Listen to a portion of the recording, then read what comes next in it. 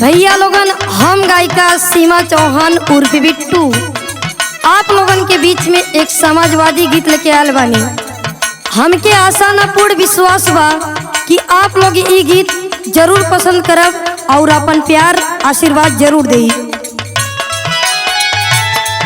अरे समाजवादी कैले बायलनवा हो,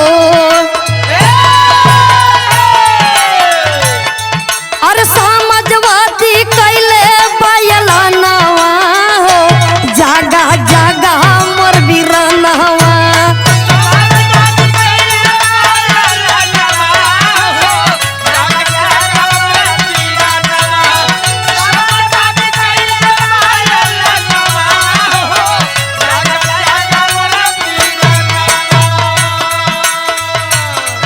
अरे जागा मोर बीरनवा भैया, जागा मोर बीरनवा।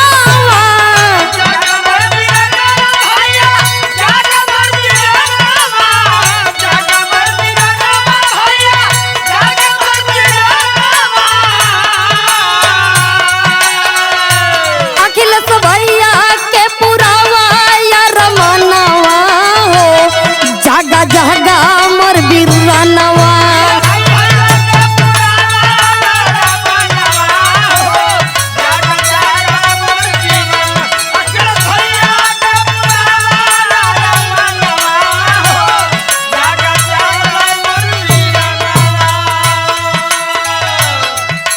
भैया लोगन, हमरे जौन आदरणीय नेताजी हैं, हमारे आदरणीय अखिलेश सर, उनकी इतनी अच्छी सोच है।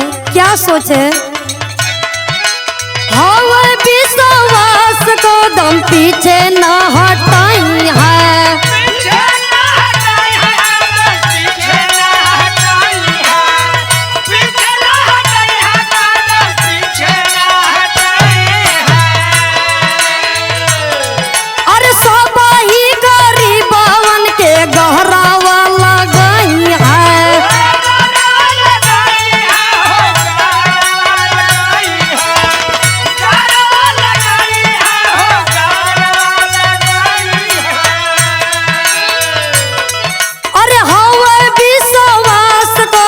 पीछे ना हटाई है, सब ही गरीबवन के गहरावा लगाई है।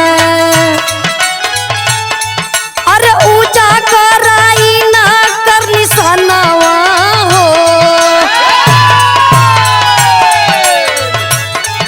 अरे ऊंचा कराई ना कर निशानवा हो, जागा जागा मोर बीरनवा।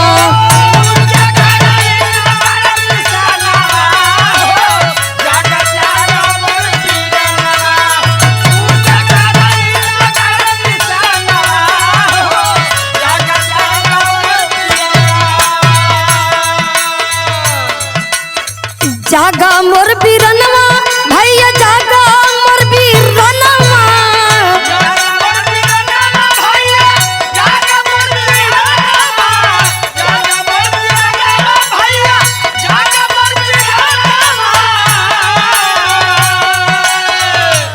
अखिलेश भैया के पुरावा या रमनवा हो, जागा जागा मोर बीरनवा।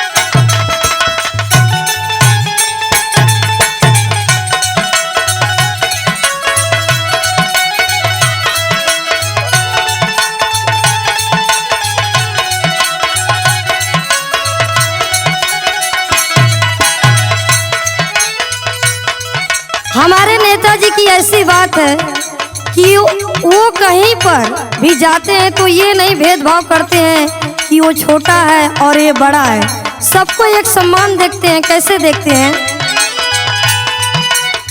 छोटे बड़े सब ही के करे ले सम्मान हो,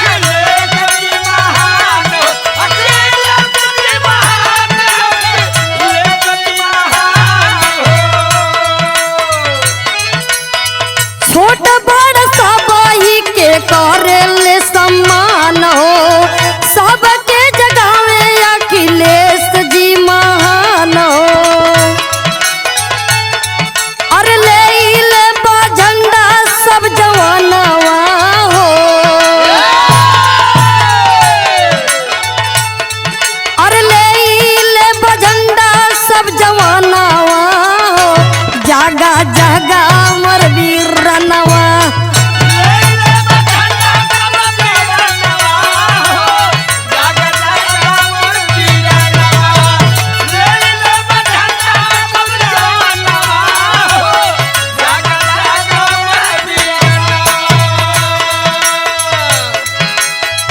जागा मोर वीरनवा भैया जागा मोर वीरनवा।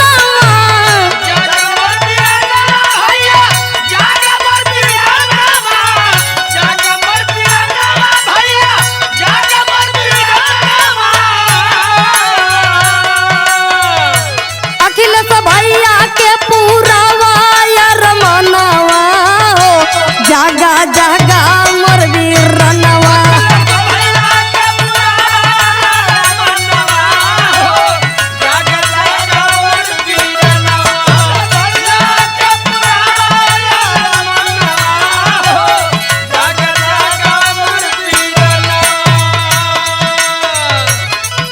और हमारे गुरुजी लास्ट में कह रहे हैं कहे जय राम बाटे सबसे हाथ जोड़िया।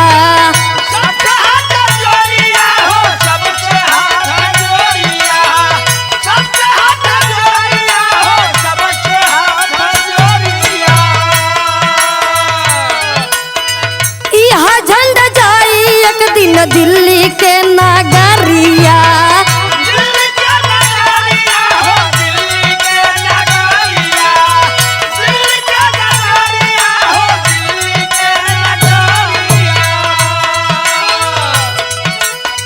कहे जय राम बाटे सबसे हाथ जोड़िया।